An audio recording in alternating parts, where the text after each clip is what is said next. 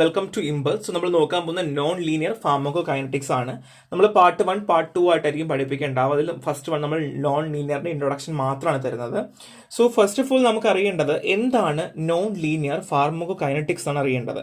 So അതിനു മുന്നേ നമുക്കൊരു കാര്യം പറഞ്ഞു തരാം. എങ്ങനെയാണ് ഒരു ഡ്രഗ് ഒരാൾക്ക് കൊടുത്താൽ അയാളുടെ ബോഡിയിൽ പ്രോസസ്സ് നടക്കാന്ന് പറഞ്ഞു തരാൻ പോകുന്നത്. ഒരാൾ മരുന്ന് കൊടുക്കുമ്പോൾ അത് ഏത് റൂട്ട് ഓഫ് അഡ്മിനിസ്ട്രേഷൻ ആയിക്കോട്ടെ, ഓറൽ ആയിക്കോട്ടെ, അല്ലെങ്കിൽ നമ്മൾ IV ആയിക്കോട്ടെ, അല്ലെങ്കിൽ ലോക്കൽ ആയിക്കോട്ടെ, വാട്ട് എവർ നമ്മൾ കൊടുത്തു കഴിഞ്ഞാൽ എന്ത് ചെയ്യുന്നു? അബ്സോർപ്ഷൻ, ഡിസ്ട്രിബ്യൂഷൻ, മെറ്റാബോളിസം, എക്സ്ക്രീഷൻ എന്ന രീതിയാണ്. എന്നാൽ തന്നെയും നമ്മളിപ്പോൾ IV ഒക്കെ കൊടുക്കുകയാണെന്നുണ്ടെങ്കിൽ അവിടെ ഈ അബ്സോർപ്ഷൻ, ഡിസ്ട്രിബ്യൂഷൻ്റെ ആവശ്യമില്ല, ഡയറക്ട്ലി ബ്ലഡിലേക്ക് പോവുകയാണ്. സോ ഡയറക്ട്ലി നമുക്ക് മെറ്റാബോളിസം, എക്സ്ക്രീഷൻ ആ രീതിയിലേക്കായിരിക്കും പോയിട്ടുണ്ടാവുക. സോ അത് ഡിപ്പെൻഡ് ചെയ്തിരിക്കുകയാണ് ചെയ്യുന്നത്. അപ്പോൾ ആദ്യം നമ്മൾ നോക്കാൻ പോകുന്ന ലീനിയർ കൈനറ്റിക്സ് അല്ലെങ്കിൽ ഫസ്റ്റ് ഓർഡർ കൈനറ്റിക്സ് ആണ് ഞാൻ ആദ്യം പറയാൻ പോകുന്നത്. ഒരു തെറാപ്പിയുടെ ഡോസ്, അതായത് ഒരു ഡ്രഗ് നമ്മൾ കൊടുക്കുമ്പോൾ ADME, absorption, distribution, metabolism, excretion നടക്കുകയും അത് പ്രെഡിക്റ്റബിൾ മാനർ ആയിരിക്കും. അതായത് ഇപ്പം നമ്മൾ 5 mg ഗുളിക കൊടുത്താൽ ഈ 5 mgക്കുള്ള ആക്ഷൻ നമുക്ക് കിട്ടുമെന്നുള്ളത് പ്രെഡിക്റ്റബിൾ ആണ്. അതായത് നമ്മൾ കൊടുക്കുന്ന ഡ്രഗിനനുസരിച്ച് അല്ലെങ്കിൽ പ്ലാസ്മയിൽ ഉണ്ടാകുന്ന ഡ്രഗിന്റെ കോൺസെൻട്രേഷൻ അനുസരിച്ച് എന്തായിരിക്കും? ഡോസും ഡിപ്പെൻഡ് ആയിരിക്കും. അതായത് എത്ര ഡോസ് ആണോ കൊടുക്കുന്നത് അതനുസരിച്ച് പ്ലാസ്മയിൽ എന്തുണ്ടാവും? മരുന്നുണ്ടായിരിക്കും. ഇല്ലെങ്കിൽ എത്ര ഡ്രഗ് ആണോ നമ്മൾ കൊടുക്കുന്നത് അത് അങ്ങനെ തന്നെ എന്ത് ചെയ്യും? മരുന്ന് അയാളുടെ ബോഡിയിൽ ഉണ്ടാവും. So where change in the amount of drug in the body or plasma concentration are directly proportional to dose of administration. അതായത് നിങ്ങൾ എത്ര മരുന്ന് കൊടുത്തോ അല്ലെങ്കിൽ എത്രത്തോളം മരുന്നിൽ മാറ്റം വരുത്തിയോ അതനുസരിച്ച് എന്തുണ്ടായിരിക്കും? ബോഡിയിലോ അല്ലെങ്കിൽ പ്ലാസ്മയിലോ അതനുസരിച്ച് മാറ്റം ഉണ്ടായിരിക്കും. ആൻഡ് ഇറ്റ്സ് പ്രെഡിക്റ്റബിൾ, നമുക്ക് പറയാൻ പറ്റും. ആൻഡ് ഈ പ്രൊപ്പോർഷണൽ റിലേഷൻഷിപ്പ് എന്ന് പറയുന്നത് സിംഗിൾ ഡോസോ അല്ലെങ്കിൽ മൾട്ടിപ്പിൾ ഡോസിൽ നമുക്ക് എന്ത് ചെയ്യാൻ പറ്റും? പറയാൻ പറ്റും. അത് സിംഗിൾ ഡോസ് ആകണം എന്നില്ല, മൾട്ടിപ്പിൾ ഡോസ് ആകണം എന്നില്ല. നിങ്ങൾ എത്ര മരുന്ന് കൊടുക്കുന്നോ അതനുസരിച്ചിട്ടുള്ള കോൺസെൻട്രേഷൻ അവിടെ കാണാനായിട്ട് പറ്റുമെന്നുള്ളതാണ്. ഇനി അണ്ടർ ദീസ് കണ്ടീഷനിൽ ലൈക്ക് നമുക്ക് ഓൾറെഡി പറഞ്ഞതുപോലെ ഈ ഫസ്റ്റ് ഓർഡർ കൈനറ്റിക്സ് ആണല്ലോ അല്ലെ. അപ്പോൾ നമ്മളൊരു semi logarithm plot of plasma concentration versus time വെച്ച് ഞാൻ കൊടുത്തിട്ടുണ്ട്, ഗ്രാഫ് ഞാൻ കൊടുത്തിട്ടുണ്ട്. സോ നിങ്ങൾക്ക് അത് കാണാനായിട്ട് പറ്റും എന്നുള്ളതാണ്. ആൻഡ് ഈ ഫിനോമിനയാണ് നമ്മൾ എന്ത് പറയുക? പ്രിൻസിപ്പിൾ ഓഫ് സൂപ്പർ പൊസിഷൻ എന്ന് പറയുന്നത് കേട്ടോ. സോ നെക്സ്റ്റ് വൺ നമ്മൾ പറയാൻ പോകുന്ന pharmacokinetic parameters in linear kinetics. So ഞാൻ ഓൾറെഡി എന്താണ് ഈ ലീനിയർ കൈനറ്റിക്സ് അല്ലെങ്കിൽ ഫസ്റ്റ് ഓർഡർ കൈനറ്റിക്സ് ഞാൻ പറഞ്ഞു തന്നു. അപ്പോൾ നിങ്ങൾക്ക് ഇപ്പോൾ അറിയാം, കാര്യം എല്ലാം അറിയാം. അപ്പോൾ അതുകൊണ്ട് തന്നെ എന്തൊക്കെ ഫാക്ടേഴ്സ് ഉണ്ടായിരിക്കുമെന്ന് ഞാൻ പറഞ്ഞാൽ ബേസിക്കലി ബയോ അവൈലബിലിറ്റി ഫ്രാക്ഷൻ ഉണ്ടായിരിക്കും, absorption rate constant, elimination rate constant, volume of distribution, total clearance, hepatic clearance ഒക്കെ എന്ത് ചെയ്യാം? ഇതൊക്കെ ഇമ്പോർട്ടൻറ്റ് ഫാർമക്കോ പാരാമീറ്റേഴ്സ് ആണ്. Remain unaffected by the dose. So നമുക്ക് എന്താണ്? നമ്മൾ ഡോസിന് അൺഅഫക്റ്റഡ് ആണ് എന്നുള്ളതാണ്. സോ ഈ പാരാമീറ്റേഴ്സ് ഒക്കെ അല്ലെങ്കിൽ ഇതൊക്കെ എന്താണ്? നമ്മുടെ ഈ ഫാർമോകൈനറ്റിക്സിന്റെ ഇമ്പോർട്ടൻറ്റ് പാരാമീറ്റേഴ്സ് തന്നെയാണ് എന്നുള്ളതാണ്. അപ്പോൾ ഇതൊക്കെ ഇപ്പോൾ എക്സാമ്പിൾ ഡ്രഗിന്റെ bioavailability, rate of absorption, ഇതൊക്കെ എല്ലാം എന്ത് ചെയ്യാറുണ്ട്? നമ്മളെ ബേസിക് ആയിട്ട് ഫാർമോകൈനറ്റിക്സിൽ നമുക്ക് പാരാമീറ്റേഴ്സ് ആണ്. എന്നാൽ ലീനിയർ കൈനറ്റിക്സിലാണെങ്കിൽ എന്താണ്? Unaffected by dose. ഡോസുമായി അൺഅഫക്ഷൻ ഇല്ല. അല്ലാതെ തന്നെ ഡ്രഗിന്റെ അബ്സോർപ്ഷനും ബയോ അവൈലബിലിറ്റിയിൽ മാത്രമേ കാര്യമുള്ളൂ. അതായത് ഇപ്പോൾ ഞാനൊരു മരുന്ന് കൊടുത്തു കഴിഞ്ഞാൽ അയാൾക്ക് എത്രത്തോളം അബ്സോർബ് ആകുന്നു, എങ്ങനെയാകുന്നു എന്നുള്ളതിനെ ബാധിക്കുന്നതല്ലാതെ ഡോസിനെ ഒരു രീതിയിൽ എന്ത് ചെയ്യില്ല, ബാധിക്കില്ല. കാരണം നമ്മളിപ്പം 5 mg കൊടുത്താൽ ആ 5 mg ഒരു കാരണവശാലും ഓൾട്ടർ ചെയ്യാനായിട്ട് ഈ ഫസ്റ്റ് ഓർഡർ കൈനറ്റിക്സ് ഒരിക്കലും നിൽക്കില്ല എന്നുള്ളതാണ്. This reflect a dose independent pharmacokinetic profile. So ഇത് ഡോസ് ഇൻഡിപെൻഡന്റ് ഫാർമോകൈനറ്റിക് പ്രൊഫൈലാണ് ബേസിക്കലി റിഫ്ലക്റ്റ് ചെയ്യുന്നു എന്നുള്ളതാണ്. സോ ഇത്രയേ ഉള്ളൂ, എളുപ്പമാണ്, ഒന്നുമില്ല. Next one is known linear kinetics ആണ്. നമുക്ക് ഓൾറെഡി ADME പ്രോസസ്സ് പറഞ്ഞതുപോലെ തന്നെ ചില സമയങ്ങളിൽ ഡ്രഗുകൾ ബയോളജിക്കൽ കാരിയേഴ്സോ എൻസൈം സിസ്റ്റത്തിനോ ഡിപ്പെൻഡ് ചെയ്യാറുണ്ട്. അതായത് നമ്മുടെ ബോഡിയിലൊക്കെ ഓരോരുത്തർക്കും ഓരോ രീതിയിലായിരിക്കും എൻസൈമാറ്റിക് ആക്ഷൻ വരിക, ബയോളജിക്കൽ കെയർ ആക്ഷൻ ഒക്കെ വരിക അല്ലെ. എല്ലാവർക്കും ഒരുപോലെ എൻസൈമാറ്റിക് ആക്ഷൻ പറഞ്ഞ നിർബന്ധമുണ്ടോ? ഇല്ല. ഒരേ എൻസൈം ഉണ്ടെങ്കിലും എല്ലാവർക്കും equal concentration of enzymatic action വരണം എന്നില്ല എന്നുള്ളതാണ്. The system are substrate specific and meaning they interact only with particular compound. So ചില ഡ്രഗ്സ് നമ്മൾ കൊടുക്കുമ്പോൾ ആ ഡ്രഗുകൾ ചില പെർട്ടിക്കുലർ കോമ്പൗണ്ടുമായിട്ട് മാത്രമേ ഇന്ററാക്ട് ചെയ്യുള്ളൂ. They have limited capacity and higher drug concentration. They can become saturated. So limited capacity ആണ്, higher drug കോൺസെൻട്രേഷനിലായിരിക്കും മിക്കവാറും അത് ലൈക്ക് സാച്ചുറേറ്റ് ആവുന്നത്. അത് മാത്രമല്ല സാച്ചുറേഷൻ ഉണ്ടായി കഴിഞ്ഞാൽ kinetic of the drug transition from first order process to a combination of first order and zero order rate process. So എപ്പോഴാണോ ഈ കൈനറ്റിക്സ് ഒക്കെ നടന്ന് സാച്ചുറേറ്റ് ആയി വന്ന് കഴിയുമ്പോൾ ഫസ്റ്റ് ഓർഡർ പ്രോസസ് എന്ന് പറയുന്നത് അതൊരു കോമ്പിനേഷൻ ഓഫ് ഫസ്റ്റ് ഓർഡറും സീറോ ഓർഡർ റേറ്റ് ഓഫ് പ്രോസസ്സിലേക്ക് മാറുകയാണ് ചെയ്യുക. സോ ഒന്നും കൂടെ പറയാം, ADP process biological carriers, അത് നിങ്ങൾക്ക് ഓൾറെഡി അറിയാം. സോ നമുക്ക് സാച്ചുറേറ്റ് ആയി കഴിഞ്ഞാൽ എന്ത് ചെയ്യുന്നു, ഫസ്റ്റ് ഓർഡർ പ്രോസസ് എന്നുള്ളത് combination of first order and zero order ആയിട്ട് മാറുന്നു എന്നുള്ളതാണ്. ഇനി എന്താണ് ഫസ്റ്റ് ഓർഡർ, എന്താണ് സീറോ ഓർഡർ നിങ്ങൾക്ക് ഡൗട്ട് ഉണ്ടായിരിക്കും. ഫസ്റ്റ് ഓർഡർ റേറ്റ് പ്രോസസ് എന്ന് വെച്ചാൽ proportional to drug concentration proportional ആയിരിക്കും. സീറോ ഓർഡർ ആണെങ്കിലോ ഇൻഡിപെൻഡന്റ് ഓഫ് ഡ്രഗ് കോൺസെൻട്രേഷൻ, അതായത് എൻസൈം ഓർ ട്രാൻസ്പോർട്ട് അതനുസരിച്ചായിരിക്കും ഉണ്ടായിരിക്കുക. അതുകൊണ്ട് തന്നെ ഈ ഫാർമക്കോ കൈനറ്റിക് പാരാമീറ്റേഴ്സ് എന്ന് പറഞ്ഞാൽ കോൺസ്റ്റന്റ് അല്ല. അതായത് നമ്മൾ കൊടുക്കുന്ന ഡ്രഗ് ഓഫ് അഡ്മിനിസ്ട്രേഷൻ അല്ലെങ്കിൽ ഡോസ് ഡിപ്പെൻഡ് ഒക്കെ ആയിട്ടായിരിക്കും എപ്പോഴും എന്തായിട്ടുണ്ടായിരിക്കുക, നമ്മളിത് ബന്ധമുണ്ടായിരിക്കുക. അപ്പൊ ഞാൻ ഓൾറെഡി ലീനിയർ കൈനറ്റിക്സ് പറഞ്ഞു, നോൺ ലീനിയർ കൈനറ്റിക്സ് പറഞ്ഞു. സോ ലീനിയർ മീൻസ് നമുക്ക് പ്രഡിക്റ്റബിൾ ആണ്, നോൺ ലീനിയർ പ്രഡിക്റ്റബിൾ അല്ല. വാട്ട് എവർ അതെന്താണ് കൈൻഡ് ഓഫ് അത് എല്ലാം ഡിപ്പെൻഡ് ഓൺ ബയോളജിക്കൽ ക്യാരക്ടേഴ്സ് അല്ലെങ്കിൽ ബയോളജിക്കൽ കാരിയേഴ്സോ എൻസൈമാറ്റിക് സിസ്റ്റം വെച്ചിട്ടായിരിക്കും ഉണ്ടായിരിക്കുക എന്നുള്ളതാണ്. കുറച്ച് ടെർമിനോളജീസ് ഉണ്ട് നോൺ ലീനിയർ കൈനറ്റിക്സിൽ പഠിക്കാൻ. Mixed or kinetics, dose depend kinetics, capacity limit kinetics. So എന്തൊക്കെയാണെന്നുള്ളത് നമുക്ക് അങ്ങോട്ടും ഇങ്ങോട്ട് പോകുമ്പോൾ നമുക്ക് പറഞ്ഞു തരാം. സോ ഒരു നോൺ ലീനിയർ കൈനറ്റിക്സിന്റെ ക്യാരക്ടേഴ്സ് എന്തൊക്കെയാണ്? The first one is dose dependent pharmacokinetics. അതായത് ലോവർ ഡോസിലാണ് നമ്മളൊരു മരുന്ന് കൊടുക്കുന്നതെങ്കിൽ ആദ്യം ആ ഡ്രഗ് ഫോളോ ചെയ്യാൻ പോകുന്നത് ഫസ്റ്റ് ഓർഡർ കൈനറ്റിക്സ് ആയിരിക്കും. ഇനി ഹയർ ഡോസിലാണ് എന്നുണ്ടെങ്കിൽ saturation of enzyme or transport cause a deviation. അതുകൊണ്ട് തന്നെ ഫസ്റ്റ് ഓർഡറോ സീറോ ഓർഡർ പ്രോസസ്സോ ആകാം. ഇത് നമ്മൾ ഓൾറെഡി എവിടെ പറഞ്ഞു, കുറച്ച് നേരത്തെ തൊട്ട് മുന്നേ പറഞ്ഞ കാര്യമാണ്. Next impact on pharmacokinetic parameters, already ഇതും ഞാൻ പറഞ്ഞതാണ്. ഇനി സെമി ലോഗരിതിക് പ്ലോട്ട് ഡീവിയേഷൻ, ഇത് നമ്മൾ എന്താണ് ഓൾറെഡി പറഞ്ഞതാണ്. സോ ഇനി നമുക്ക് ലീനിയർ കൈനറ്റിക്സ് പോലെയല്ല, ഈ സെമി ലോഗരിതിക് പ്ലോട്ട് ഓഫ് പ്ലാസ്മ കോൺസെൻട്രേഷനും ടൈമും ലോൺ ലീനിയർ ഡ്രഗിന് സംബന്ധിച്ച് എന്ത് ചെയ്യില്ല, അലൈൻ ചെയ്യില്ല, ഡോസുമായിട്ട് അലൈൻ ചെയ്യില്ല. അതുകൊണ്ട് തന്നെ ഈ സൂപ്പർ പൊസിഷൻ ഒരു ലോസ് ആയിട്ടുള്ളത് പോലെ കാണിക്കാറുണ്ട് എന്നുള്ളതാണ്. ഇത്രയും കാര്യങ്ങൾ നമ്മൾ ഓൾറെഡി ഡിസ്കസ് ചെയ്തതാണ് അല്ലേ. ഇനി method of detecting non linear in pharmacokinetics, നമുക്ക് എങ്ങനെയാണ് ഈ നോൺ ലീനിയർ ഫാർമോകൈനറ്റിക്സ് ഡിറ്റക്ട് ചെയ്യാൻ പറ്റുക? The first one is steady state plasma concentration, CSS. So determine CS different dose. നമ്മൾ ഡിഫറെന്റ് ഡോസിലാണ് നമ്മൾ എന്ത് ചെയ്യുക, ഈ ഒരു സ്റ്റഡി സ്റ്റേറ്റ് പ്ലാസ്മ കോൺസെൻട്രേഷൻ അറിയുന്നത്.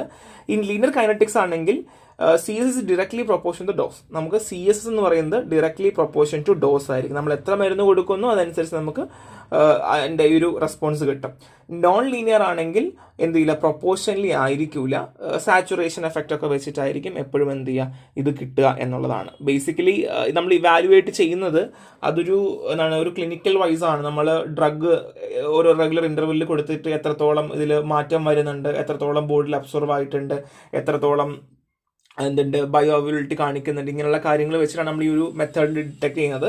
Next one is evaluation of pharmacokinetic parameters ആണ്. Assess key pharmacokinetic parameters, bioavailability fraction, elimination half life, systemic clearance at varied dose. So നമ്മളിവിടെ എന്ത് ചെയ്യുന്നു, വേരിയസ് ഡോസിലൊക്കെ നമ്മൾ എന്ത് ചെയ്യുന്നു, ഈ ഫാർമോകൈനറ്റിക് പാരാമീറ്റേഴ്സ് നമ്മൾ അസസ് ചെയ്യുവാണ് ചെയ്യുക. ലീനിയർ കൈനറ്റിക്സിലാണെങ്കിൽ ഈ പാരാമീറ്റേഴ്സ് കോൺസ്റ്റന്റ് ആയിരിക്കും റിഗാർഡ്ലെസ് ഓഫ് ഡോസ്. ഇത് നമുക്ക് ഓൾറെഡി അറിയാം. ഈ ലീനിയർ കൈനറ്റിക്സിലാണെങ്കിൽ എന്തായിരിക്കും, അത് റിമെയിൻ കോൺസ്റ്റന്റ് ആയിരിക്കും എന്നുള്ളത്. ഇനി നോൺ ലീനിയർ ആണെങ്കിലോ ചേഞ്ച് ഉണ്ടാകാം. അത് dose independent to dose depend kinetics ആണ്. ഇത് ഞാൻ ഓൾറെഡി പറഞ്ഞ കാര്യമാണ്. അപ്പോൾ കുറേയൊക്കെ നമുക്ക് റിപ്പീറ്റിംഗ് ആണ്, വീണ്ടും വീണ്ടും പറഞ്ഞുകൊണ്ടേ ഇരിക്കും, എളുപ്പമാണ്, അത് വലിയ സംഭവമൊന്നുമല്ല. ഇനി സിഗ്നിഫിക്കൻസ് ഓഫ് നോൺ ലീനിയർ ഫാർമോകൈനറ്റിക്സ് ആണ്. എന്താണ് ഈ നോൺ ലീനിയർ ഫാർമോകൈനറ്റിക്സ് കൊണ്ട് നമുക്കുള്ള ഉപയോഗം? First one is therapeutic implications ആണ്. സോ ബേസിക്കലി നമുക്ക് ഈ ഡോസ് അഡ്ജസ്റ്റ്മെന്റ്, തെറാപ്യൂട്ടിക് ടോക്സിറ്റി ഒക്കെ നമുക്ക് അറിയാൻ വേണ്ടി പറ്റും. അതായത് ഒരാൾക്ക് എത്ര മരുന്ന് കൊടുക്കേണ്ട ആവശ്യമുണ്ട്, എങ്ങനെയാണ് നമുക്ക് ഡോസ് ഉപയോഗിക്കേണ്ടത്, ഇങ്ങനെയുള്ള കാര്യങ്ങളൊക്കെ അറിയാൻ വേണ്ടി നമ്മൾ ഒരുപാട് ഹെൽപ്പ് ചെയ്യാറുണ്ട്. ഒരു ചില ഡ്രഗൊക്കെ നാരോ തെറാപ്യൂട്ടിക് വിൻഡോ ഉണ്ടായിരിക്കും. ഇപ്പോൾ എക്സാമ്പിൾ നമ്മുടെ എത്തിയോഫിലിൻ പോലുള്ള ഡ്രഗൊക്കെ ഭയങ്കര നാരോ തെറാപ്യൂട്ടിക് ഇൻഡെക്സ്, അതായത് ഡോസ് കൂട്ടിക്കഴിഞ്ഞാൽ മരിച്ചു, അപ്പം മരിച്ചോ, സ്പോട്ടിൽ മരിച്ചു. അപ്പോൾ അങ്ങനെയൊക്കെ ഉണ്ടാവാതിരിക്കാൻ വേണ്ടിയൊക്കെ നമ്മൾ കൊടുക്കുന്ന ഒരു കൈൻഡ് ഓഫ് ഹെൽപ്പ് ചെയ്യാൻ വേണ്ടി നമ്മൾ ചെയ്യുന്നുള്ളതാണ്. രണ്ട്, example of drug with non linear pharmacokinetics. കുറച്ച് ഞാൻ എക്സാമ്പിൾസ് കൊടുത്തിട്ടുണ്ട്. ഫിനറ്റോയിൻ കൂടിപ്പോയാൽ ഹെപ്പാറ്റിക് എൻസൈംസിന്റെ സാച്ചുറേഷൻ, തിയോഫിലിനാണെങ്കിൽ saturation of hepatic metabolism, salicylic acid dose depend clearance. അപ്പോൾ ഇതുപോലെയൊക്കെ ജസ്റ്റ് കുറച്ച് എക്സാമ്പിൾസ് കൊടുത്തിട്ടുണ്ട്. നിങ്ങൾ തിയോഫിലിനും അല്ലെങ്കിൽ ഫിനറ്റോയിനൊക്കെ പഠിച്ചു വെക്കുക. തിയോഫിലിനൊക്കെ ഡെറഫിലിന്റെ കോമ്പിനേഷൻ ആണ് കേട്ടോ. അത് നമ്മൾ ചുമക്ക് കൊടുക്കുന്ന മരുന്നിന്റെയാണ്. സോ നിങ്ങൾ ഫാർമക്കോളജി പഠിച്ചിട്ടുണ്ടായിരിക്കും. സോ ക്ലിനിക്കൽ കൺസിഡറേഷൻ പറയുവാണെങ്കിൽ നമുക്ക് ഓൾറെഡി അറിയാം, ബേസിക്കലി നമുക്കിത് മോണിറ്റർ ചെയ്യേണ്ടത് വളരെ അത്യാവശ്യമാണ്. കാര്യം ഡോസ് റെസ്പോൺസ് റിലേഷൻഷിപ്പ് നമുക്ക് ചില സമയത്ത് പ്രെഡിക്റ്റ് ചെയ്യാൻ പറ്റില്ല. പക്ഷേ ഇങ്ങനെയൊക്കെ നമുക്ക് അറിയാൻ പറ്റുമെങ്കിൽ റെജിമിനൊക്കെ നമുക്ക് എന്ത് ചെയ്യാൻ പറ്റും, ഫോമുലേറ്റ് ചെയ്ത് കൊണ്ടുവരാനായിട്ട് പറ്റും എന്നുള്ളതാണ്. ഇനി cause of non linear in pharmacokinetics ഇത് എളുപ്പമാണ് കേട്ടോ, ഒന്നുമില്ല. അതായത് നമുക്ക് ഈ നോൺ ലീനിയർ ഫാർമോകൈനറ്റിക്സിന് ഒരുപാട്, അതായത് ഒരു ഡ്രഗ് നമ്മളെ ബോഡിയിൽ നിന്ന് ADME ചെയ്ത് ഇയിലേക്ക് വരുന്നത് വരെ, അതായത് എലിമിനേഷൻ വരെയുള്ള സ്റ്റേജിൽ ഒരുപാട് സ്റ്റേജിലൂടെ കടന്നു പൊയ്ക്കൊണ്ടേയിരിക്കുകയാണ്. അപ്പോൾ ഒരുപാട് പ്രോസസ്സ് നടക്കുവാണ്. ഫസ്റ്റ് വൺ ഈസ് അബ്സോർപ്ഷൻ ആണ്. സോ അബ്സോർപ്ഷൻ എന്ന് പറയുന്നത് സോലുബിലിറ്റി, ട്രാൻസ്പോർട്ട്, മെറ്റബോളിസം, അങ്ങനെ ഒരുപാട് ലിമിറ്റേഷൻസ് ഉണ്ട് ഡ്രഗിന്. ഇപ്പോൾ solubility or dissolution rate limit absorption എന്ന് വെച്ചാൽ, ഇപ്പോൾ ഞാനിത് ജസ്റ്റ് ഷോർട്ട് ആയിട്ടാണ് കൊടുത്തിട്ടുള്ളത്. കാരണം വെച്ചാൽ ഓൾറെഡി നിങ്ങളിത് ഫാർമക്കോളജി പഠിച്ച കാര്യമാണ്, അല്ലെങ്കിൽ നമ്മളിത് ഇൻട്രൊഡക്ഷനിൽ പഠിക്കുന്ന കാര്യമാണ്. അപ്പോൾ അവിടെ നിങ്ങൾക്ക് കുറച്ച് പോയിന്റ്സ് ഓൾറെഡി കിട്ടും. അപ്പോൾ അതുകൊണ്ട് ഞാൻ ലിമിറ്റഡ് പോയിന്റ്സിലാണ് കൊടുത്തിട്ടുണ്ടായിരിക്കുക. അപ്പോൾ നിങ്ങൾ അതനുസരിച്ച് വേണ്ടത് പഠിക്കാൻ വേണ്ടിയിട്ടും. ഫസ്റ്റ് വൺ ഈ solubility dissolution rate limit absorption ആണ്. ഹയർ ഡോസിലാണ് കൊടുക്കുന്നതെങ്കിൽ, ഒരു ഡ്രഗ് ഞാൻ ഹയർ ഡോസിൽ കൊടുക്കുകയാണെങ്കിൽ അത് സാച്ചുറേറ്റ് സൊല്യൂഷൻ ആകും. എവിടെ? G80 അല്ലെങ്കിൽ അതർ എക്സ്ട്രാ വാസ്കുലർ സൈറ്റ്സിൽ പോയിട്ട് എന്ത് ചെയ്യുന്നു? സാച്ചുറേറ്റ് സൊല്യൂഷൻ വരികയാണ് ചെയ്യുക. അപ്പോൾ എക്സാമ്പിൾ ഗ്രിസിയോഫൾവിൻ ആണ്. അപ്പോൾ എന്ത് ചെയ്യുന്നു? The rate of absorption become constant one the solution is saturated. So എപ്പോഴാണോ സാച്ചുറേറ്റ് ആവുന്നത് അപ്പോഴായിരിക്കും റേറ്റ് ഓഫ് അബ്സോർപ്ഷൻ എന്ത് ചെയ്യുന്നത്? കോൺസ്റ്റന്റ് ആവുന്നു. ഇപ്പോൾ ഒരു ഡ്രഗ് ഞാൻ കൊടുത്തു, പാരസ്റ്റമോൾ കൊടുത്തു, എപ്പോഴാണോ അത് സാച്ചുറേറ്റ് സൊല്യൂഷൻ ആകുന്നത്, ഞാൻ ജസ്റ്റ് എക്സാമ്പിൾ പറയുന്നതാണ് കേട്ടോ, പാരസ്റ്റമോൾ തന്നെ ആവണമെന്നില്ല, അല്ലെങ്കിൽ എക്സ്ട്രാ വാസ്കുലർ സൈറ്റിൽ എപ്പോഴാണോ ആ ഡ്രഗ് ഫുള്ളി സാച്ചുറേറ്റ് ആവുക, അല്ലെങ്കിൽ ആ ഒരു റേറ്റ് ഓഫ് അബ്സോർപ്ഷൻ കോൺസ്റ്റന്റ് ആവുന്ന ഫുള്ളി സാച്ചുറേറ്റ് സൊല്യൂഷൻ ഉണ്ടായിരിക്കുമ്പോഴാണ്. Next one is carrier mediated transport ആണ്. സ്പെസിഫിക് കാരിയേഴ്സ് നമുക്ക് ഈ അബ്സോർപ്ഷൻ ആവശ്യമാണ്. സോ ബേസിക്കലി ചില സമയങ്ങളിൽ സാച്ചുറേഷൻ ആയി കഴിയുമ്പോഴായിരിക്കും അത് ചിലപ്പോൾ കാരിയേഴ്സ് ഒക്കെ ആക്ടിവേറ്റ് ആവുക. Example riboflavin, ascorbic acid, cyanocobalamin ആണ്. And saturate lead to reduce absorption rate at higher dose. So ചില സമയങ്ങളിൽ സാച്ചുറേഷൻ കൂടുവാണെങ്കിൽ തന്നെയും ഈ കാരിയേഴ്സിന് എന്ത് ചെയ്യാൻ പറ്റില്ല, ഇതിനു വേണ്ടി കൊണ്ടുപോകാനും കൊണ്ടുവരാനും പറ്റില്ല. പക്ഷെ ചില ഡ്രഗുകൾ അങ്ങനെയല്ല, സാച്ചുറേഷൻ കൂടിയാൽ മാത്രമേ എന്ത് ചെയ്യുള്ളൂ, നമുക്ക് കോൺസ്റ്റന്റ് ആവുള്ളൂ. പക്ഷെ ചില ഡ്രഗ്സുകൾ അങ്ങനെയല്ല, സാച്ചുറേഷൻ കൂടുതൽ ഹയർ ഡോസിലൊക്കെ ഭയങ്കരമായിട്ട് കൂടിക്കഴിഞ്ഞാൽ പോലും കാരിയർ എന്ത് ചെയ്യില്ല, ഒരിക്കലും എടുത്തുകൊണ്ട് പോകത്തില്ല. അപ്പൊ ഇവിടുത്തെ കേസിൽ എങ്ങനെയാണ്? അബ്സോർപ്ഷൻ റേറ്റ് എന്ന് വെച്ചാൽ ഹയർ ഡോസിൽ എന്ത് ചെയ്യുന്നു, കുറയുവാണ് ചെയ്യുക. Saturation lead to reduce absorption rate at higher dose. ഇനി നെക്സ്റ്റ് പ്രീ സിസ്റ്റമിക് അല്ലെങ്കിൽ ഫസ്റ്റ് പാസ് മെറ്റബോളിസം സാച്ചുറേഷൻ ആണ്. So saturation of gut wall or hepatic enzyme during pre systemic metabolism increases bioavailability. അപ്പൊ gut വാളിലോ അല്ലെങ്കിൽ hepatic എൻസൈംസിന്റെ saturation നടക്കുവാണ് pre systemic metabolism സമയത്താണെന്നുണ്ടെങ്കിൽ bioavailability എന്ത് ചെയ്യും, കൂടുകയാണ് ചെയ്യുക. ഇപ്പൊ എക്സാമ്പിൾ പ്രൊപ്പനോൾ ഒക്കെയാണ് എക്സാമ്പിൾ വരുന്നത്. പാരാമീറ്റേഴ്സ് ഉണ്ട് കേട്ടോ, FK, Cmax, AUC ഒക്കെ ഇതുമായി ബന്ധപ്പെട്ടതാണ്. So in saturation of first pass മെറ്റബോളിസത്തിൽ ബയോ അവൈലബിലിറ്റി കൂടും. അതായത് ഫസ്റ്റ് പാസ് മെറ്റബോളിസം നിങ്ങൾക്ക് ഓൾറെഡി അറിയാമല്ലോ, നിങ്ങൾ പഠിച്ച കാര്യമാണ്, ഫാർമക്കോളജിയിലൊക്കെ പഠിച്ച കാര്യമാണ്. സോ എന്താണ്, ബയോ അവൈലബിലിറ്റി എന്ത് ചെയ്യുന്നു, സാച്ചുറേഷൻ സമയത്ത് ഫസ്റ്റ് പാസ് മെറ്റബോളിസത്തിൽ കൂടുവാണ് ചെയ്യേണ്ടാവുക. ആൻഡ് അതർ ഫാക്ടേഴ്സ് ഉണ്ട്. ഗ്യാസ്ട്രിക് എംപ്ലിഫൈങ് ടൈം ഒരു ഫാക്ടറാണ്. പിന്നെ ബ്ലഡ് ഫ്ലോ ഒരു ഫാക്ടറാണ് G80 അത് മാത്രമല്ല ഡ്രഗിന്റെ ഡിസ്ട്രിബ്യൂഷൻ, ട്രാൻസ്പോർട്ടേഷനും ഒക്കെ ഒരു ഫാക്ടറാണ്. അപ്പോൾ ഇതൊക്കെ ഓൾറെഡി നിങ്ങൾക്ക് ഇപ്പോൾ തന്നെ കോറിലേറ്റ് ചെയ്യാൻ പറ്റും. എന്താണ് നിങ്ങൾക്ക് ഓൾറെഡി ഡ്രഗ് അബ്സോർപ്ഷൻ എന്നറിയാം. സോ എക്സാമിന് ചോദിക്കുവാണെങ്കിൽ വാട്ട് ഈസ് ഡ്രഗ് അബ്സോർപ്ഷൻ എഴുതുക.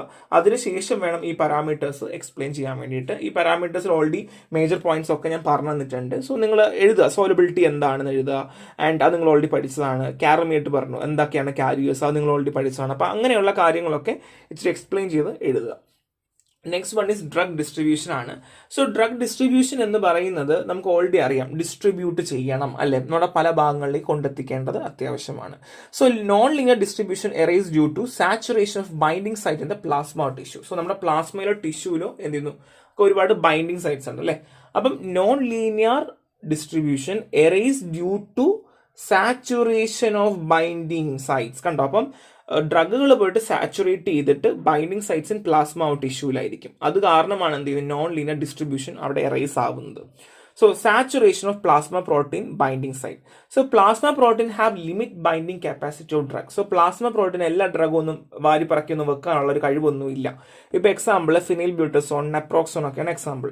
So increase free drug concentration. So ഇപ്പൊ ഇങ്ങനെ സംഭവിക്കുമ്പോൾ എന്ത് ചെയ്യുന്നു, അൺബൗണ്ട് ഡ്രഗ് കോൺസെൻട്രേഷൻ, അതായത് ഫ്രീ ഡ്രഗ് കോൺസെൻട്രേഷൻ എന്ത് ചെയ്യുന്നു, കൂട്ടുവാണ് ചെയ്യുക. And volume of distribution increase with saturation. Saturation കൂടുന്നതനുസരിച്ച് വോളിയം ഓഫ് ഡിസ്ട്രിബ്യൂഷൻ എന്ത് ചെയ്യുന്നു, കൂടുമായിരിക്കും ചെയ്യേണ്ടാവുക. സോ ഒന്നും കൂടെ പറയാം, പ്ലാസ്മ പ്രോട്ടീന് ലിമിറ്റഡ് ബൈൻഡിങ് കപ്പാസിറ്റി ആണ്. സോ അങ്ങനെ ലിമിറ്റിംഗ് ബൈൻഡിങ് കപ്പാസിറ്റി ഉള്ളത് കൊണ്ട് തന്നെ വെറുതെ ഫ്രീ ഡ്രഗ് ഓഫ് കോൺസെൻട്രേഷൻ വെറുതെ കിടക്കും. ഇപ്പൊ എക്സാമ്പിൾ, കുറെ പേര് കല്യാണത്തിന് വരുവാണ്, അപ്പൊ എന്ത് ചെയ്യുന്നില്ല, കല്യാണത്തിന്റെ പന്തലിനകത്ത് ആൾക്കാർക്ക് ഇരിക്കാൻ സ്ഥലമില്ല. അപ്പൊ എന്ത് ചെയ്യുന്നു, വെറുതെ ഇരിക്കുന്ന ആൾക്കാർ എന്ത് ചെയ്യും, പുറത്തൊക്കെ പോയി നിൽക്കും, അല്ലെങ്കിൽ വേറെ കടയിലൊക്കെ പോയി നിൽക്കത്തില്ലേ. ആ ഒരു പരിപാടി തന്നെയാണ് ഇവിടെ നടക്കുന്നത് കേട്ടോ. Next one is saturation of tissue binding sites ആണ്. occurs with high single dose or repeat administration.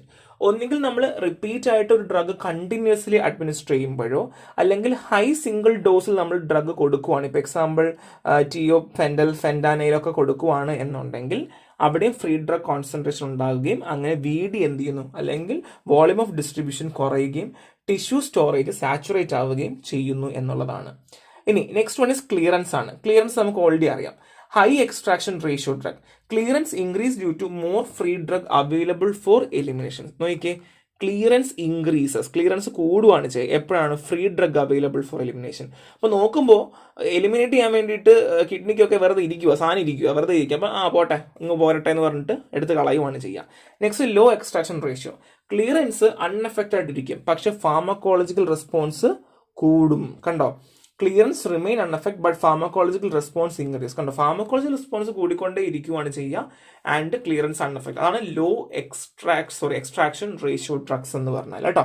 അതായത് എന്താണ്, എലിമിനേഷൻ എന്ന് പറയുന്നത് അല്ലെങ്കിൽ ക്ലിയറൻസ് എന്ന് പറയുന്നത് ഭയങ്കര ലോ ആയിരിക്കും അല്ലെങ്കിൽ അൺഎഫക്റ്റഡ് ആയിരിക്കും, എന്നാൽ ഫാർമക്കോളജി റെസ്പോൺസ് കൂടുതലായിരിക്കും. മറ്റത് അങ്ങനെയല്ല, എന്താണ്, ഫ്രീ ഡ്രഗ് ഉണ്ട്, അതുകൊണ്ട് പെട്ടെന്ന് പോകും. അങ്ങനെ ഫാർമക്കോളജി റെസ്പോൺസ് എപ്പോഴും ഒരുപോലെ ആകണമെന്ന് നിർബന്ധമില്ല. ഒരു ഡ്രഗ് മെറ്റബോളിസം ആണ്. സോ മെറ്റബോളിസം എന്ന് പറയുമ്പോൾ നമുക്ക് വളരെ ഇമ്പോർട്ടൻ്റ് ആണ്. ഏതൊരു ഡ്രഗിൻ്റെയും ഒരു മെറ്റബോളിക് ഫേസ് എന്ന് പറഞ്ഞാൽ വളരെ ഇമ്പോർട്ടൻ്റ് ആയ ഒരു കാര്യമാണ്. സോ അവിടെ നമുക്ക് ഒരുപാട് ഫാക്ടേഴ്സ് ഉണ്ട് എന്നുള്ളതാണ്. So basically enzyme, cofactors, limitations ഒക്കെ ഉണ്ട്. The first one is capacity limited metabolism. എൻസൈംസോ കോഫാക്ടേഴ്സോ ആണല്ലോ മെറ്റബോളിസത്തിന് വേണ്ടിയിട്ട് basic responsibility. So enzyme or cofactor responsible for metabolism become saturate at high concentration. കണ്ടോ, ഇവിടെയും ഹൈ കോൺസെൻട്രേഷൻ ഒരു പ്രശ്നം തന്നെയാണ് എന്നുള്ളതാണ്. എക്സാമ്പിൾ ഫിനറ്റോൻ, ആൽക്കഹോൾ, തിയോഫിലിനൊക്കെ തന്നെയാണ്. So decrease clearance and increase study plasma concentration. So plasma concentration study ആയിരിക്കും ആൻഡ് ക്ലിയറൻസ് കുറയ്ക്കുവാണ് ചെയ്യേണ്ടാവുക. അപ്പോൾ ഒന്നും കൂടെ പറയാം, കപ്പാസിറ്റി ലിമിറ്റ് മെറ്റബോളിസം ഉണ്ട്, എൻസൈംസോ കോഫാക്ടേഴ്സോ ആണ് മെറ്റബോളിസം റെസ്പോൺസിബിൾ ചെയ്യുക. അപ്പോൾ ഹയർ കോൺസെൻട്രേഷനിൽ saturate at higher concentration saturate ആവുകയാണ് ചെയ്യുക. അപ്പോൾ ഓൾറെഡി സാച്ചുറേഷൻ്റെ കാര്യം ഞാൻ ഓൾറെഡി മെൻഷൻ ചെയ്തു. അപ്പോൾ അതുകൊണ്ട് തന്നെ ക്ലിയറൻസ് കുറയുക, സ്റ്റഡി പ്ലാസ്മ കോൺസെൻട്രേഷൻ ഉണ്ടായിരിക്കും. അപ്പോൾ ഫാർമക്കോളജിക്കൽ ആക്ഷൻ എന്തുണ്ടായിരിക്കും, കുറവായിരിക്കും കൂടുതലായിരിക്കും. സ്റ്റഡി സ്റ്റേറ്റ് ആകുമ്പോൾ എന്തായിരിക്കും, അത് നമുക്ക് റെസ്പോൺസ് ഉണ്ടായിരിക്കും അല്ലേ. Next one is enzyme induction ആണ്. സോ റിപ്പീറ്റ് ഡോസിങ് നമ്മൾ ചെയ്യുമ്പോൾ ഇൻഡ്യൂസ് എൻസൈം പ്രൊഡക്ഷൻ. അപ്പം റിപ്പീറ്റ് ആയിട്ട് നമ്മൾ ഡ്രഗ് കൊടുക്കുമ്പോഴത്തേക്കും എൻസൈം പ്രൊഡക്ഷനെ ഇൻഡ്യൂസ് ചെയ്യുകയും അങ്ങനെ ഡ്രഗ് മെറ്റബോളിസം ഓവർ ടൈമിൽ കൂടുകയാണ് ചെയ്യുക. ഒന്നും കൂടെ പറയാം, റിപ്പീറ്റഡ് ഡോസിങ് എന്ത് ചെയ്യുന്നു, എൻസൈം പ്രൊഡക്ഷനെ കൂട്ടുകയും അങ്ങനെ എന്ത് ചെയ്യുന്നു, മെറ്റബോളിസം ഓവർ ടൈമിൽ കൂടുകയായിരിക്കും ചെയ്യേണ്ടാവുക. എക്സാമ്പിൾ പറയുവാണെങ്കിൽ കാർബമസെപ്പീൻസ് ആണ്, ഓട്ടോ ഇൻഡക്ഷൻ ആണ്. ഈ എൻസൈംസ് ഇൻഡക്ഷൻ എക്സാമ്പിൾ ആണ്, പഠിച്ചു വെക്കാം. So result decrease peak plasma concentration over time. So peak plasma concentration കൂടുകയായിരിക്കും ചെയ്യുക. Dose and time depend kinetics. So ഡോസും ടൈമും ഡിപ്പെൻഡ് ചെയ്യും. കാരണം ഒരു ഭാഗത്ത് ഡോസ്, ഒരു ഭാഗത്ത് ടൈം എന്ന രീതിയിലായിരിക്കും ഇത് പോകണ്ടാവുക. Next other cause in metabolism, saturation of binding site of enzymes, inhibitory effect of metabolism on metabolic enzyme. So നമ്മൾ ഓൾറെഡി പറഞ്ഞതുപോലെ സാച്ചുറേഷൻ, ബൈൻഡിങ് സൈറ്റിൽ എൻസൈംസിന്റെ saturation and inhibitory effects of metabolites ഉണ്ടായിരിക്കും മെറ്റബോളിക് എൻസൈംസിൽ. അതുമെല്ലാം ഫാക്ടേഴ്സ് ആണ് എന്നുള്ളതാണ്. ഇതൊക്കെ എളുപ്പമാണ് കേട്ടോ, എക്സാമ്പിൾ നോക്കി വെച്ചാൽ നമുക്ക് എഴുതാന്നുള്ളത് മാത്രമേ ഉള്ളൂ. Next one is drug excretion ആണ്. നോൺ ലീനിയർ എക്സ്ക്രീഷൻ പ്രൈമർലി എവിടെയാ വരിക? നോൺ ലീനിയർ എക്സ്ക്രീഷൻ എന്ന് പറഞ്ഞാൽ നമുക്ക് ഓൾറെഡി അറിയാം, നമ്മൾ ഈ കൈനറ്റിക്സ് ഫുള്ള് നമ്മൾ പഠിച്ചു അല്ലേ. അപ്പോൾ non linear excretion occurs primarily due to saturation of active process in renal or biliary elimination. So നമുക്ക് ഡ്രഗ് എലിമിനേഷൻ അല്ലെങ്കിൽ എക്സ്ക്രീഷൻ എന്ന് പറയുന്നത് നമുക്ക് എപ്പോഴും എന്താണ്, റീനൽ അല്ലെങ്കിൽ ബൈലറി എലിമിനേഷൻ വഴിയിട്ടാണ്. അപ്പം നമുക്ക് ലിവറും കിഡ്നിയും ഇതുമാണല്ലോ മേജർലി ആക്റ്റീവ് പ്രോസസ് നടക്കുക. അവിടെ തന്നെ ആക്റ്റീവ് ട്യൂബുലർ സെക്രീഷൻ എവിടെയാണ്? കിഡ്നിയിലാണ്. അപ്പോൾ അത് carrier mediated secretion in the kidney can saturate reduce റിയൽ ക്ലിയറൻസ്. അപ്പം ഇവിടെയും സാച്ചുറേഷൻ ഒരു പ്രശ്നം തന്നെയാണ്. അപ്പോൾ കാരമീഡിയറ്റ് സെക്രീഷൻ ആണ് എന്നുണ്ടെങ്കിൽ കിഡ്നിയിലാണെന്നുണ്ടെങ്കിൽ സാച്ചുറേറ്റ് ആവുകയും റിയൽ ക്ലിയറൻസ് കുറയുകയും ചെയ്യുന്നു. ഇപ്പോൾ ഒന്ന് ആലോചിച്ച് നോക്കിയാൽ ഡ്രഗിനെ വിടുന്നില്ല, ഡ്രഗിനെ അവിടെ പിടിച്ചു വെച്ചിരിക്കാം, ഇപ്പോൾ ക്ലിയറൻസ് ഉണ്ടാവോ? ഇല്ല, കുറയും അല്ലേ? സോ പെൻസിലിൻ ജി ഒക്കെ എക്സാമ്പിൾ ആണ്. And active tubular reabsorption. So വീണ്ടും റീഅബ്സോർബ് ചെയ്യുവാണ്. റീഅബ്സോർബ് മെക്കാനിസം സാച്ചുറേഷൻ കൂടുകയാണെന്നുണ്ടെങ്കിൽ അവിടെയും പ്രശ്നം വരും. വാട്ടർ സോലബിൾ വൈറ്റമിൻ, ഗ്ലൂക്കോസ് ഒക്കെ. ഇനി അതർ ഫാക്ടേഴ്സ് ആണെങ്കിൽ force diuresis, change in urine pH, nephrotoxicity, saturation of binding sites in renal tubules ഒക്കെ എക്സാമ്പിൾ ആണ്. ബൈലറി സെക്രീഷൻസ് ആണ്. Saturation of active biliary secretion mechanism affect elimination. So ഈ active biliary സെക്രീഷന്റെ saturation ഉണ്ടാകുമ്പോഴും അല്ലെങ്കിൽ ആ ഒരു മെക്കാനിസവും എന്ത് ചെയ്യുന്നുണ്ട്? എലിമിനേഷൻ അഫക്ട് ചെയ്യാറുണ്ട്. എക്സാമ്പിൾ ടെട്രാസൈക്ലിൻ, ഇൻഡോമെത്താസിൻ ഒക്കെ എക്സാമ്പിൾ ആണ്. സോ ബേസിക്കലി ഡ്രഗ് എക്സ്ക്രീഷൻ എങ്ങനെയാണ്, അവിടെ സാച്ചുറേഷൻ എങ്ങനെയാണ്, എല്ലാം സാച്ചുറേഷനുമായി ബന്ധപ്പെടുത്തി അങ്ങ് പറഞ്ഞാൽ മാത്രം മതിയായിരിക്കും. സോ ഞാൻ സമ്മറി കൊടുത്തിട്ടുണ്ട്. കോസ് എന്താണ്, എക്സാമ്പിൾ എന്താണ്, ഔട്ട്കം എന്താണ്. അപ്പം നിങ്ങൾക്ക് ഇത് പഠിക്കുമ്പോൾ തന്നെ ഏകദേശം ഒരു ഐഡിയ കിട്ടും. ഒരു സിമ്പിൾ ചാപ്റ്റർ ആണ്, വലുതായിട്ടൊന്നുമില്ല. നമുക്ക് ഫാർമക്കോളജി ബേസ് ഉണ്ട്, വേറെ കുഴപ്പമൊന്നും ഇല്ല എന്നുണ്ടെങ്കിൽ നിങ്ങൾക്ക് ഇത് ഭയങ്കരമായിട്ട് മനസ്സിലാവും. എക്സാമ്പിൾ മാത്രം മതിയാവും, ബാക്കി നിങ്ങൾക്ക് എഴുതാൻ പറ്റും. സോ നന്നായിട്ട് ക്ലാസ് കേൾക്കുക, വായിക്കുക, അപ്പോൾ തന്നെ ഒരു ഐഡിയ കിട്ടും. ഇനി നമുക്ക് ഒരു ടോപ്പിക്കൂടെ നമുക്ക് ഈ ഒരു ചാപ്റ്റർ ഫുള്ളി തീർക്കാൻ പറ്റും. സോ നെക്സ്റ്റ് ക്ലാസ്സിൽ കാണാം. Thank you.